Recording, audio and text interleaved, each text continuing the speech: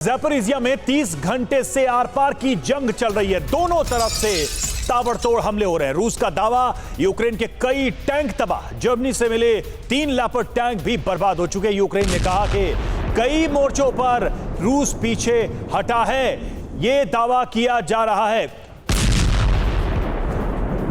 तो एक तरफ रूस का दावा कि यूक्रेन के कई सारे टैंक्स को तबाह किया है, वहीं दूसरी तरफ यूक्रेन ये कह रहा है कि कई ऐसे मोर्चे हैं जहां से रूस पीछे हटा है, रूस को पांव पीछे खींचने पड़े हैं।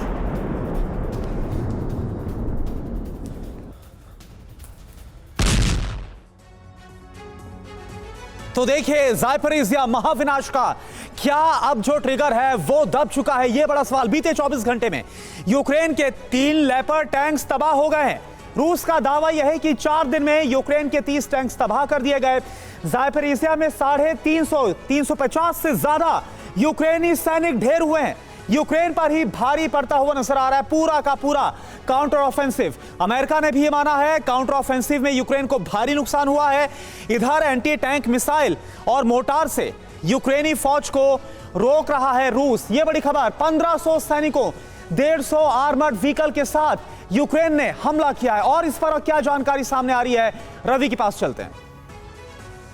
बिल्कुल, और देखिए ज़ेलेंस्की के टारगेट पर ज़ैपोरिज़िया ही क्यों है, इसको भी समझना होगा। इसकी वजह क्या है, इसके बड़े फैक्टर्स क्या हैं। तो ज़ैपोरिज़िया क्रीमिया से सबसे नजदीक है, एक बड़ा कारण तो यह है। साथ ही ज़ैपोरिज़िया से क्रीमिया को बिजली पानी सप्लाई होती है। मिशन क्रीमिया के लिए ज़ैपोरिज़िया यूक्रेन का पहला टारगेट है, और ज़ैपोरिज़िया पर पूरी तरह कब्जा हुआ तो क्रीमिया की राह भी आसान हो जाएगी। ज़ैपोरिज़िया के ज्यादातर इलाकों पर अभी रूस का कब्जा है, रूस का नियंत्रण है। इसीलिए यूक्रेन चाहता है कि ज़ैपोरिज़िया पर उसका नियंत्रण हो जाए।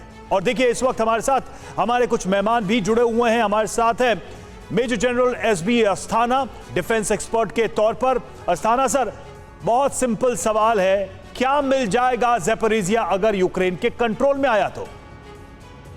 देखिए, ज़ैपोरिज़िया यूक्रेन के लिए बहुत ही इंपॉर्टेंट है। जैसा कि आपने बताया, सबसे पहले ज़ैपोरिज़िया की लोकेशन, और ज़ैपोरिज़िया इस समय काफ़ी ज़ैपोरिज़िया रूस के कब्जे में है और काफ़ी हिस्सा यूक्रेन के कब्जे में है। और जो न्यूक्लियर प्लांट है वो रूस के कब्जे में है, चला यूक्रेन वाले रहे हैं। तो इस चीज़ को मद्देनजर रखते हुए जितनी भी सप्लाई है वो क्रीमिया की तरफ ज़ैपोरिज़िया से जाती है। इसलिए अगर ज़ैपोरिज़िया पूरा का पूरा उनके कब्जे में आ जाता है तो एक सबसे पहले तो बहुत बड़ी सांकेतिक विजय होगी, क्योंकि न्यूक्लियर प्लांट अगर उनके पास आ जाता है तो एक बहुत बड़ा खतरा, और जो वर्ल्ड में एक चीज वो बता सकेंगे कि जी हमने न्यूक्लियर प्लांट के ऊपर कब्जा कर लिया है। तो इसलिए इन सब चीजों को मद्देनजर रखते हुए ज़ैपोरिज़िया इंपॉर्टेंट हो जाता है। बिल्कुल, तो ये बड़ी डेवलपमेंट होती हुई नजर आ रही है एसबी अस्थाना सर, जो आपने समझाया।